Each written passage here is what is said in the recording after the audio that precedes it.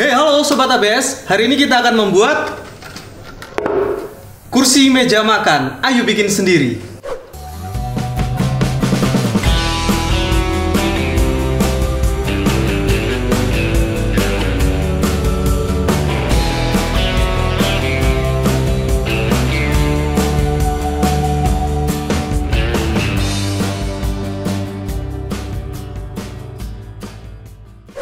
Oke Sobat ABS, melengkapi dari video sebelumnya, saya sudah membuat mejanya ini. Kalian bisa cek juga video pembuatannya di pojok kanan atas pada video ini. Dan kali ini saya membuat kursinya. Ini masih terbuat dari bahan yang sama, menggunakan kayu jati Belanda. Kemudian untuk sambungannya saya masih menggunakan mortis dan tenon atau sambungan purusan.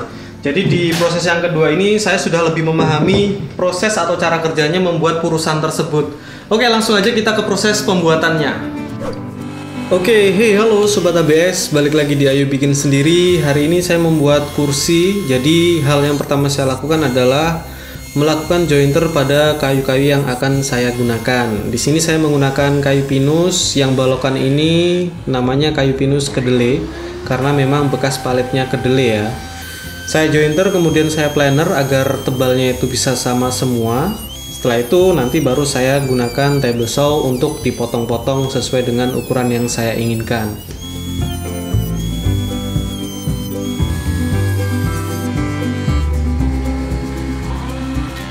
Nah, kalau papan yang ini saya akan gunakan sebagai topnya. Jadi masih sama, saya jointer dulu di satu permukaan. Kemudian saya jointer juga edgingnya karena ini nanti akan saya sambung ya menggunakan lem. Dan nanti akan kita planer lagi menggunakan planer duduk. Sebelum di planer saya potong-potong dulu sesuai dengan panjang yang saya inginkan. Jadi satu papan ini bisa dipotong menjadi 3. Setelah itu baru saya lakukan proses planer agar tebalnya bisa sama.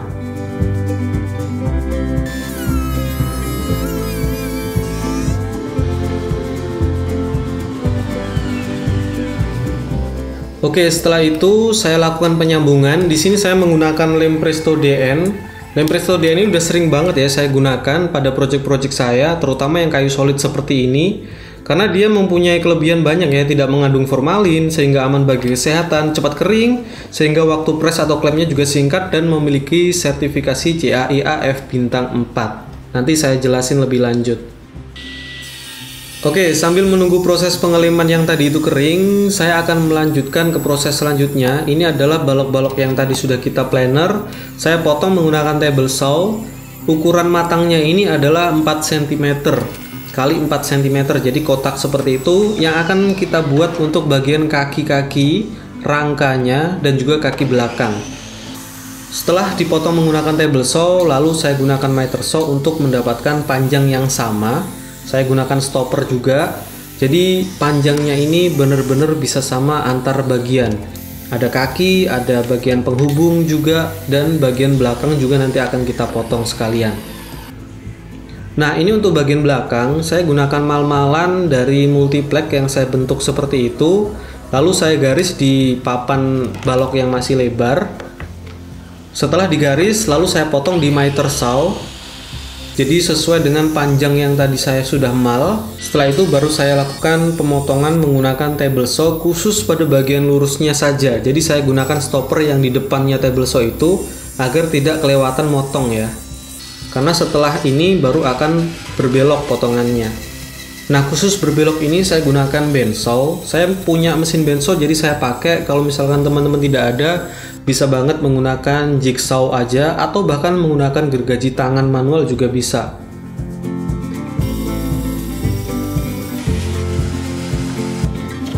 Potongan dari bandsaw jelas banget masih kasar, termasuk dari table saw juga. Jadi saya gunakan hand plane manual ini untuk meratakan dan merapikan. Kemudian saya gunakan juga belt sander agar benar-benar bisa halus dari setiap bagiannya. Untuk bagian dalam, bagian luar juga saya belt sander ya, terutama pada bagian lekukan-lekukan ini. Dan setelah itu kurang lebih kayak gini hasilnya. Langkah selanjutnya adalah saya menggunakan table saw ini untuk mulai membuat sebuah tenon atau sambungan yang satu lagi ya, tenonnya ini hanya menggunakan table saw sama crosscut slab yang sudah saya bikin. Saya tes dulu, setelah oke hasilnya, tidak terlalu longgar, tidak terlalu seret juga, baru saya lanjutkan ke semua bahan yang sudah saya siapin tadi.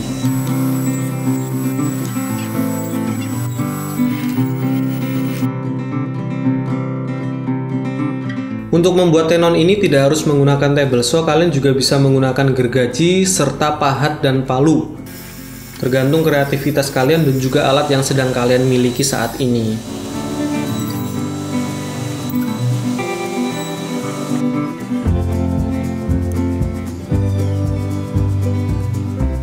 Selanjutnya saya gunakan perusut atau marking gouge ini untuk membuat garis-garis agar nanti pada saat membuat mortis itu tidak bingung ya. Kalau mortis sih gampang karena saya ada mesinnya, mortiser, tapi kalau misalkan tidak punya mortiser bisa gunakan mesin trimmer atau pahat. Jadi dibor dulu baru dipahat. Nah, ini adalah proses menggunakan mesin mortisernya. Cukup simple dan gampang sih. Karena memang mesin ini diperuntukkan untuk membuat lubang yang seperti ini. Jadi mata yang dipakai itu bagian luarnya adalah mata pahat, sedangkan bagian dalamnya itu ada bornya. Jadi secara otomatis itu sudah langsung membuat bor dengan bentuk yang kotak.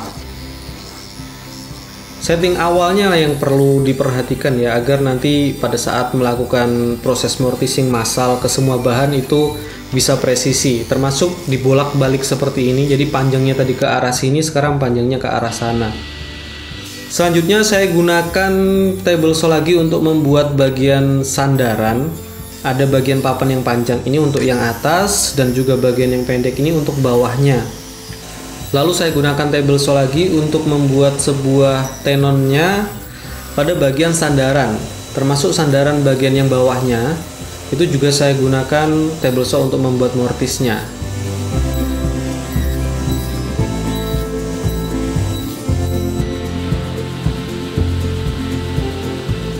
Prosesnya masih sama persis seperti yang tadi. Kemudian untuk bagian rangka yang belakang yang ada sandarannya itu juga saya gunakan mesin mortiser untuk membuat mortisnya atau purusan bagian ceweknya ya.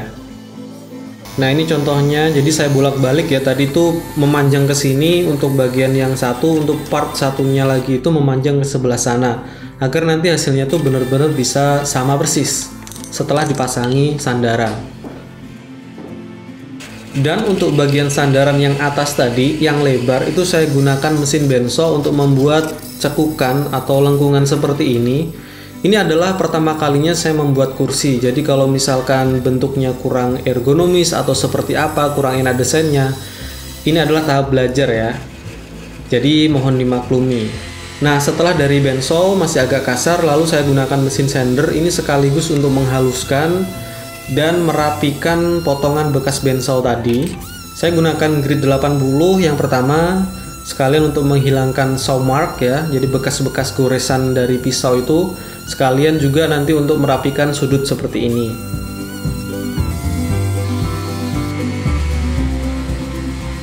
Nah, ini adalah bagian-bagian kayu atau part-part yang sudah saya proses, baik mortis, baik tenon, dan juga untuk sandarannya. Setelah itu baru kita rakit. Oke, saatnya yang ditunggu-tunggu udah sampai. Sekarang prosesnya ke assembly ya. Pastikan kalian menyiapkan klem sebanyak mungkin. Dan di sini saya hanya menggunakan lem tanpa paku. Lem yang saya pakai adalah lem Presto DN. Lem yang sudah lama banget saya pakai untuk kayu-kayu solid seperti ini. Saya menggunakan lem Presto DN karena dia itu tahan solvent, terus kemudian dia bisa untuk interior, cepat kering, dan kalau kering itu menyerupai warna kayu dan juga hemat amplas jadinya.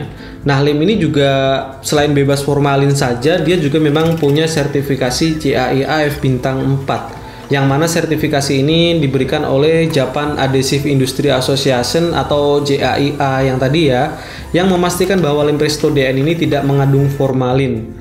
Lem Presto DN adalah lem berstandar internasional yang aman bagi kesehatan para pengguna atau pembeli furniture yang kita bikin. Proses assembly seperti ini ya memang memakan waktu dan agak-agak bingung gitu ya, tapi setelah satu selesai, untuk yang keduanya ini cukup gampang karena sudah ngerti jalur-jalur yang harus saya gunakan. atau step-stepnya itu sudah paham. Jadi lebih gampang di kursi yang kedua. Oke, sambil menunggu proses pengeleman dan perakitan yang tadi itu kering, kini saatnya saya proses untuk bagian top kursi yang kemarin itu sudah kita lem dan kita diamkan sampai di hari berikutnya, karena memang proses pembuatan rangkanya agak lama. Kemudian setelah diamplas tadi, saya lakukan pemotongan di table saw agar bentuknya bisa kotak persegi gitu ya. Nanti setelah ini baru saya potong lagi dan saya bentuk agar desainnya lebih menarik. Ini adalah bagian kaki yang di belakang yang bisa masuk nantinya. Terus untuk ke depan saya bikin lebih lebar depan. Jadi nanti bagian belakang lebih sempit. Saya potong menggunakan bandsaw. Kemudian kalau misalkan tidak ada bandsaw bisa menggunakan jigsaw, tetapi memang bandsaw tidak bisa mencakup ke semua. Akhirnya saya menggunakan jigsaw juga. Seperti ini, karena tidak bisa bolak-balik pada saat di bandsaw tadi kena pada bagian armnya bandsaw. Jadi saya gunakan jigsaw dan kurang lebih seperti ini hasilnya. Kita bentuk aja bagian belakang supaya masuk, bagian depannya lebih lebar. Oke, selanjutnya kita lepas dulu semua klem-klem yang ada pada kursi rangkanya kursi tadi. Ini memang sudah kering ya, sudah kurang lebih 2 atau 3 jam gitu prosesnya tadi. Dan setelah saya coba udah fit, udah pas. Sebelum saya rakit top kursi pada rangka kursinya, saya buat dulu dia menjadi round bagian sudut-sudutnya, terutama sudut bagian atas ya. Jadi dia nanti pada saat kita duduk tidak terasa tajam. Jangan lupa juga diamplas agar bekasnya pisau dari trimmer tadi itu tidak meninggalkan bekas hitam ya, karena gosong. Kemudian bagian rangka kursinya juga bagian sudut-sudutnya itu saya amplas karena saya tidak menggunakan round bagian ini, hanya menggunakan amplas saja. Dan selanjutnya saya gunakan lem lagi untuk menempelkan top kursi pada rangka kursi tersebut.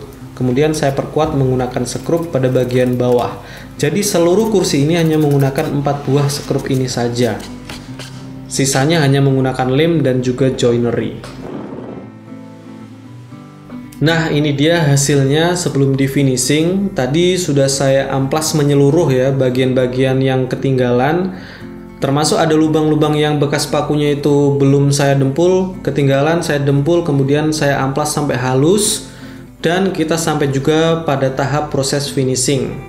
Untuk finishing saya menggunakan Milan coating, saya menggunakan Milan Aqua Stain yang clear doff. Masih sama dengan finishing yang saya gunakan kemarin untuk top table atau untuk meja makannya.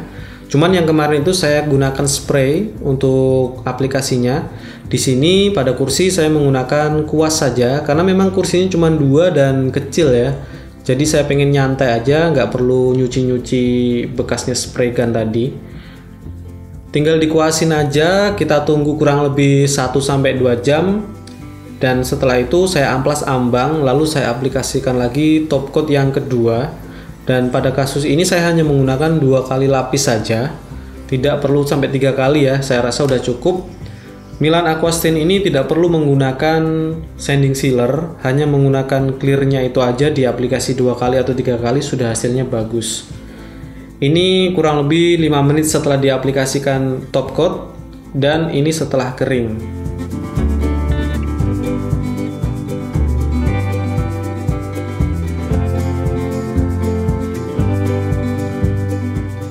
Kurang lebih hasilnya seperti ini setelah dipadukan dengan meja makan yang sudah kita buat sebelumnya itu ya. Jadi terasa lebih match atau lebih cocok. Tinggal kita taruh di rumah nanti untuk kita pakai. Oke Sobat ABS, thank you banget untuk kamu yang sedang nonton video ini. Jika kamu suka, please bantu saya share ke sosmed kalian dan kasih tahu teman-temannya kalau di sini ada ABS. Pastikan juga kalian cek video-video saya sebelumnya karena banyak banget tutorial-tutorial serupa yang mungkin kalian lagi cari-cari. Dan hey, jika kamu baru tahu channel ini, silahkan di subscribe, nyalakan tombol loncengnya sehingga kamu tidak ketinggalan kalau ABS upload video-video baru. Semoga video kali ini bermanfaat. Sampai jumpa di video selanjutnya dan ciao!